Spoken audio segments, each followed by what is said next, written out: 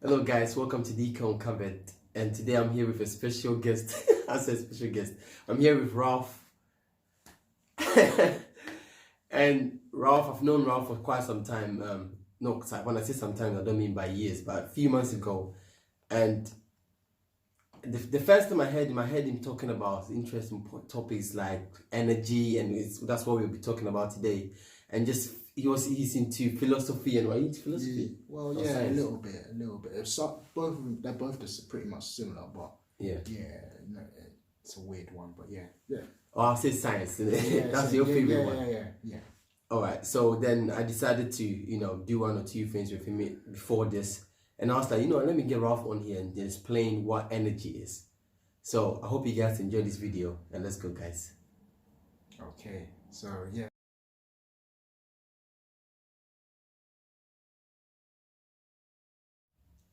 So Ralph, what would you say energy is? What would you explain it? It's a difficult one still. It's a sticky one still, yeah. But yeah,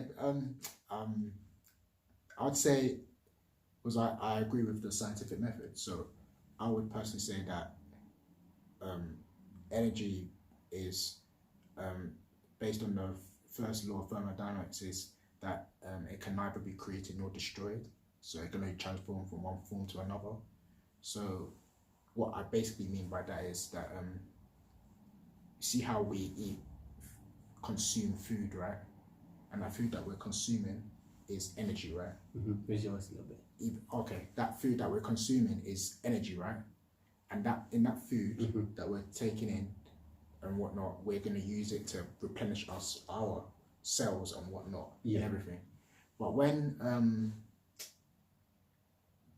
when we die now, people feel like, oh, we die and then the energy just goes away and whatnot and everything. And that's not really what's true. Like, if we're getting energy from dead plants or animals, the same way that we're going to be food for dead plants or an animal if they decide to eat us, isn't it?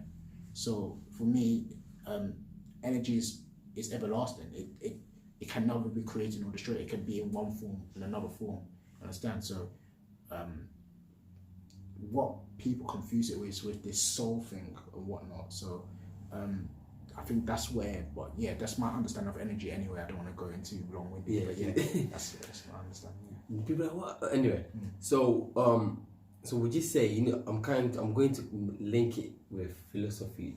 So would you say that, when people say like we go to heaven or hell, would you say that's where the energy goes?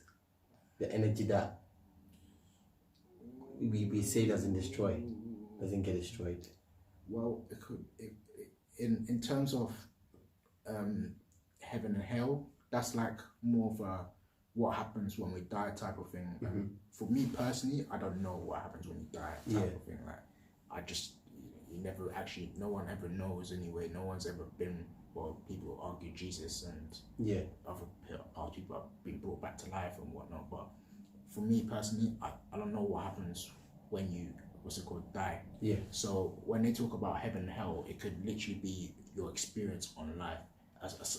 Talking in terms of your experience in life. So, some people might say they grew up in a ghetto, that's hell. Some people might say they grew up in, nice area, that's heaven. Or lived in a nice environment, that's heaven, innit?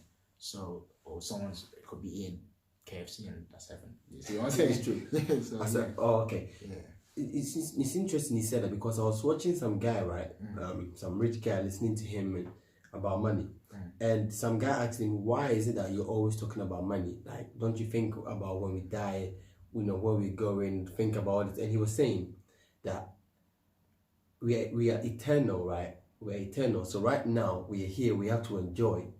We shouldn't be thinking about what happens next. So it's interesting that you said that, this could be heaven, like in KFC, or this could be your hell. All right, so would you say that, like, when we die, we turn into plants, like, there are people that believe in reincarnation? Is that right? Yeah, of course, because it's like, whenever, any animal or any part that no animal utilizes, it becomes what's called fertilizer for the soil. So it's like that's the way I see it anyway. Like, we become that energy for, and that could be happiness. That's a form of happiness, you know. It could be a form of heaven, you know. Like you're replenishing something else. You understand? Like a lot of people just view those type of stuff as like they're heaven or hell in that sense. If you get to a deeper understanding, I mean, I'm comfortable with that anyway. You know, I've become something useful for something else. See what I'm saying? So yeah, that's what I feel like my version of heaven and hell would probably be like. Whether or not there's an afterlife afterwards, like it's interesting because when you go to afterlife myths or afterlife stories, especially through ancient Egypt. Yeah. In ancient Egypt mythologies, like they have different afterlife stories. So you'll hear the one about Osiris, you know, or you hear the one about the Ma'at judging you on the weighing scale. That's why you see the whole justice system with the weighing scale and whatnot. That's the way they're measuring your heart against a feather. Because a feather is very, very light. So they're trying to see whether or not your heart is so good that it weighs less than the heart, or less than the feather, innit? So, but in their one, it's really interesting because you see all kinds of ones where I've seen one where similar to the biblical story, when you die, they say there's a lake of sulfur where you burn and whatnot. But in their mythology, one teaches that there's actually a lake of sulfur, and the idea is that if you're pure, you'll be able to jump or over it fully to get to the other side. Oh, I see. Yeah, so there's so many trials along the way when they die. So it's like they have the laws called 42 laws of Ma'at, and basically it talks about I have not stolen, I have not committed adultery, and all that type of stuff there, innit? So each one they get tested on, and then they get another test where I just said they're jumping over fire, and there's all kinds of it. And in their one, they people can think of whatever they want to do, and put it to be their afterlife. So yeah. So would you say it is similar to we become what we think? When they say we become what you think of? Yeah. I would definitely say that because well, not definitely, but it's a bit tricky because in terms of, you know, people say you are what you eat. So saying that you are what you eat, then, you know, a lot of people believe that if you eat, you know, a lot of meat, it can cause cancer or something like that. Or if you eat a lot of this, it can cause this. So I don't know. It's a weird one. It's a weird one. Like, yeah, it's deep, man. You have to get deep with this stuff. So obviously you understand it in a scientific way, right? Yeah. So how could you turn, when they say bad energy, how could you turn your bad energy into something good? I don't know if is it possible to do that? Obviously, it is possible as a human being. You know when we were saying when we were saying that some people could say that whatever they're going through is their heaven, and so whatever they're going through is their hell. Right? So, you know, the people going through those hell, how can they turn that negative energy into positive? Yeah.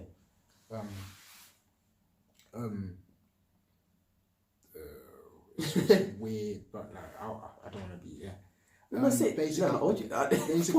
basically it comes from, the best way I can say it is it comes from like, and it's not really like a good, it's not a good, how do you say it now, it's not good, it's not very convincing thing or put something that someone will be content with answer, but it basically comes from self, innit? So if you're able to, you know, people say speak good words. You know, we come from African culture. African culture tells you that whatever you say is powerful. You understand? So if you say this is, you know, good morning. If you know things like good morning in an African household, my mom would always get on to me and say, "Don't say good morning, rap. Don't say morning, rap. Say good morning." I'm just looking at it. I was just like, "What do you mean by that?" But I didn't understand it but after when I got older, she was now explaining to me that it's to do with, you know, being positive and, you know, reinforcing that this person's going to have a good day today. So that was it. So in terms of thinking positively and whatnot, that's all I can say, that if you ever want to change your life, it has to start from you inside. Like, honestly, guys, it has to start from you. So yeah, that's all I can say on that. Really, pretty much. Like, it starts from you. All right, so it's interesting we're saying this, right? You probably said it already, but you know when the rapper died 2 weeks ago, right? Yeah, Nipsey. I was thinking Nipsey Hussle. Yeah, I was thinking. So that first week or that second week, cause I don't really follow him. I've never followed him, right? So I was going through his lifestyle, what he was talking about, and all these things, right? And I was thinking, like, do we just leave everything? You know, everything that you've built, everything that you've invested your life on, your family, and you just go, like, is that it? Well, that's the thing. That like I was saying, in the Egyptian mythology, another thing they did was when they died, they were mummified, right? And when they were excavating these tombs and whatnot, they found that they were buried with a lot of jewelry and all this stuff. So they obviously thought that when they died, they could take those jewelry to their next life. So obviously, you can't physically take it, but the concept's there, innit? Like, you know, you can still have your happiness in that next life the way you want to think it. But like, again, I don't know. No one knows, or from what I've experienced, no one knows if this is how your next life's going to be like. But all we can tell you is that physically, what happens is your body turns into other sources of energy for other things. So yeah, that's all I can really say with the whole Nipsey Hussle thing. Maybe he's enjoying maybe he's pie braving in his next life. It's true. Would you say, I know what I'm going to say might sound a question that might sound a bit controversial to people, other people, but would you say with the fear, because you know when you understand the scientific side of, you know, energy or just afterlife or just and scientific side or other side of other religion, right? Or would I even say religion, other people, would you say that the Christianity and Islamic teachings has kind of brought fear about, you know, they've made death seem so scary based on their teaching? Do you know what the whole topic of what Christianity and Islam says about death is controversial in the sense that not all, you know, there's different groups of Christianity out there, so not all of them agree with each other. So when it even comes to what happens in the afterlife, they're not even sure about it either. Like, even to the point where you know, in certain Christian teachings, it says that there is a lake of sulfur when you die, but that's mentioned in the Old Testament, and like I said earlier, like, you can find that story written in ancient Egyptian mythology and whatnot. And you know, a lot of people would argue that, you know, Canaan was a colony of Egypt, and so anything that they had in their teachings, they also will have in their teachings and whatnot, and vice versa. But when it comes to what they teach in the church today about heaven and hell, you know, if you read Sermon on the Mount, Jesus doesn't really talk about hell, really, to be honest. Like, I think he does mention something about there being a hell, but I don't think so at the same time. I think what he did mention in one of the sermons was that if happy are those who are this, and they will be the least in heaven. So he doesn't even say that there is a hell. He says that they're going to be the least in heaven. But it's weird because not all Christian groups can tell you, like, I grew up Catholic anyway, so they'll tell you that there's a place called purgatory, whereas other groups will tell you, no, the Catholics are talking nonsense. There's nothing like purgatory. It doesn't exist. And the same with Islam as well. You know, some people argue that you'll be given a bountiful, like, I think one of the arguments for when they die in if you're a good Muslim is that you'll get virgins.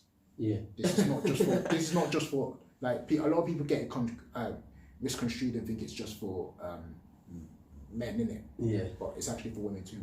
Women get male virgins too.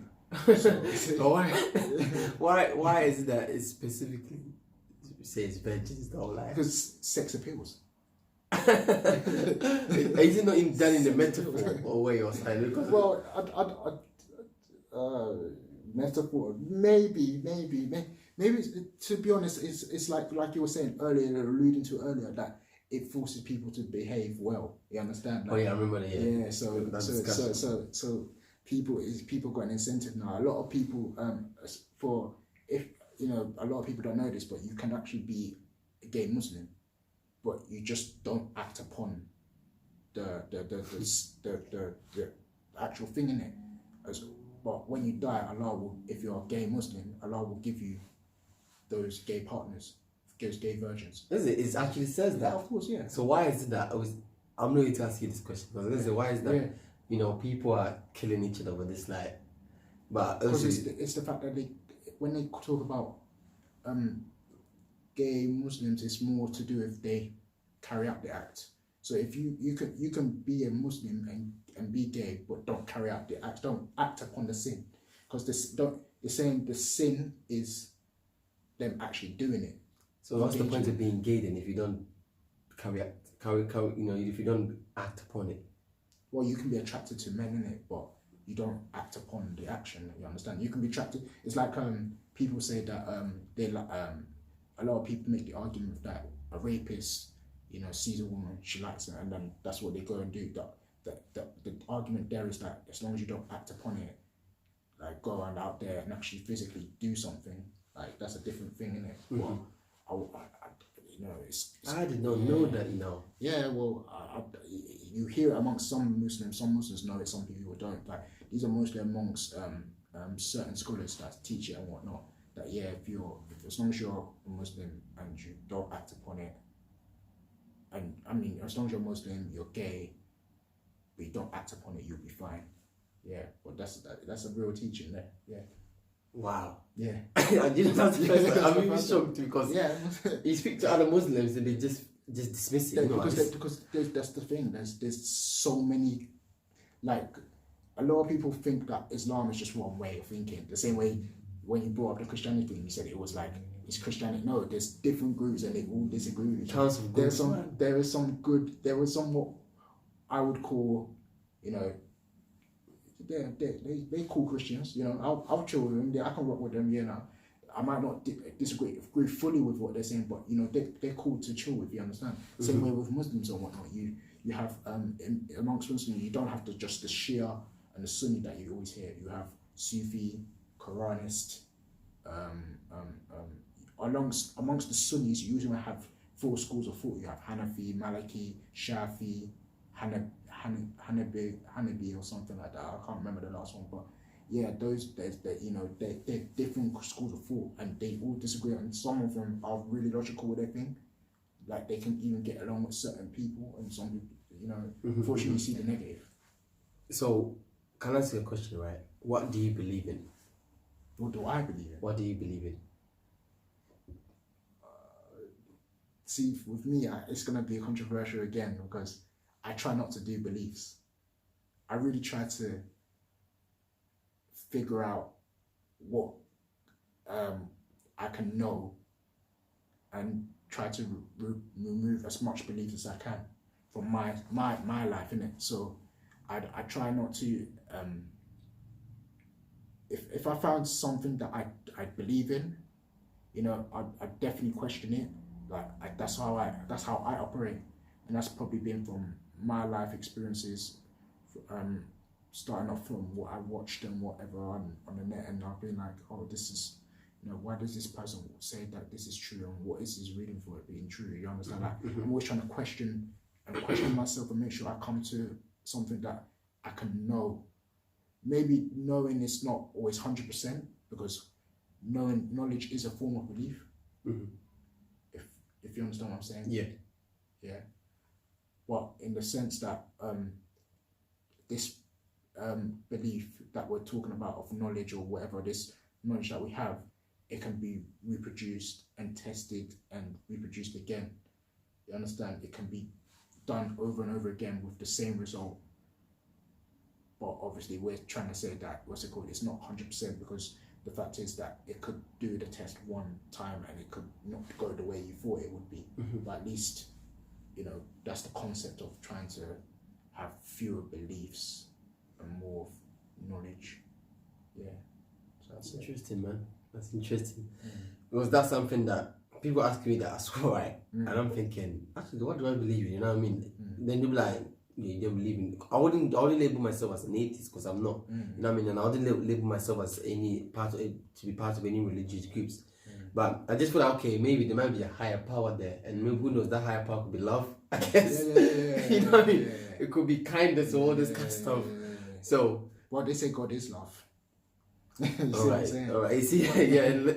And another thing too that makes me kind of question when I say the higher power could be love, though, is that when they say, you know, when they say love conquers all, but I feel like there's a balance. I don't think you can't have just love without hate. You need those to be balanced, innit? Yes. But the way I see it is, not so use love and hate. Let's use positive and negative. What is positive and what is negative is subjective. You see, I was actually talking to someone the other day about this, and I said, you know, I could walk outside when it's raining, and I could be like, this is negative. But this is a positive thing for the grass, or positive thing for the plants and everything, because it's helping them get some type of water or mineral. So, also when it comes to tornadoes and whatever, not we view it as negative, but this could be positive for other things in the environment. You know, earthquakes. You know, volcanoes produce land. You know, they molten and it forms new land. Earthquakes, they do their thing in it. There's obviously positives to that, but yeah, and I remember us having that conversation one time, isn't it? It's hard to think about it like that, but to other forms, it's a positive thing. I mean, it might be clearing our houses and everything. I see what you mean, though. So, would you say everything needs is balanced, though, like in life itself? Yeah, of course. And even that high power we're saying, it might need those two. Yeah. I'd say that. Do you know what they probably say you are? Cause I don't know if you've heard it. I've heard of deism. Yeah, there's deism, pantheism, panentheism. A lot of people just don't describe me as an atheist. They'll say that I'm more of a pantheist. But you know, when you understand that pantheism and atheism are pretty much the same thing. It's just some atheists just bang on the fact that there is no God, there is no God, there is no. Pantheists try to say that what you call God is energy. Okay, yeah, that little bracket still, it's the same thing, but one just goes on about there is no God, and the other one says, we're calling it energy. I think another reason why I don't want to associate, would I say associate, or just kind of be part of that, I don't want to label myself as an atheist, because, you know, once you say there's nothing, and that's it. You don't give your mind or your brain a chance to wonder. Yeah, of course. You know what I mean? But you know, for us, that says energy. It makes us think. Okay, it makes us question certain things. But that's the thing. Like I said, like I was also in the discussion. This was at Speaker's Corner, one discussion we had in it, and one guy must have said, what's it called? How can you not believe in a creator? And I'm just like, well, who created the creator? And they said, what do you mean? The creator's always existed. And so I'm like, so why can't the universe always existed? And then they said that because there's something beyond the universe. I said, what's beyond the universe? And that's where and then a never ending cycle. Yeah, because when you understand the universe from a scientific point of view, the universe is literally what defined as space. And so if you're saying there's something beyond space, you're just saying there's more space. How can you say there's more space? That's what you mean. But do you know, when I was young, I mean, it's not related, right? Yeah. When I was young, one time I had questioned, I asked, I don't know, was it a pastor or something, right? Or I think one of my aunties and the pastor. To ask. Oh my God. I asked like, so if there's God, right, then who created God? Yeah. And their reaction, yeah, I was surprised, bro. Don't ask that question. The way they cast mama like, yeah, what do you know, blah blah blah blah. Are you more than God? Yeah, and I was thinking, it's not like what I know. As a kid, I'm just trying to wonder, like, because if we have moms and dads, what created that? Yeah. I know. So, in a scientific point of view, it makes more sense. yeah, of course. It's like, that's what they were saying, that the scientific understanding is that energy can either be created or destroyed. It just transforms from one form to another. So there is nothing like if energy can't be created, it's always existed. So that's the default position. That's what they're saying, it's always existed. Unless you can say otherwise, innit? Like some people, that's why I brought in panentheism. And what panentheism, a lot of panentheists I know, not a lot, but like one panentheist I know, innit? He says that you know, what you call quantum physics. So if you understand, panentheism says that the universe is energy, but there's something beyond the universe. So the universe is within that thing. So you can describe that thing outside as God as well, but it's also within and outside of the universe. But from a panentheist understanding, he uses more science understanding, and he says that that thing is quantum physics. So that's the subatomic, that's the lowest of the lowest energy that we cannot measure. my brain is great. Yeah. So when you can't measure that now, because that's another thing I mentioned, I didn't mention it earlier, but we were talking at Speakers Corner, there's this thing called nothing or no thing. And, you know, when you're saying no thing, you're actually saying there is something, you just can't measure it. Makes a lot of sense. So it's crazy. If you can't measure it, then you're going to say it's nothing there. You know, you can't measure this air, so you think there's nothing in it. But when you actually have the equipment to measure it, there's oxygen, there's all kinds of loads of stuff there. Yeah.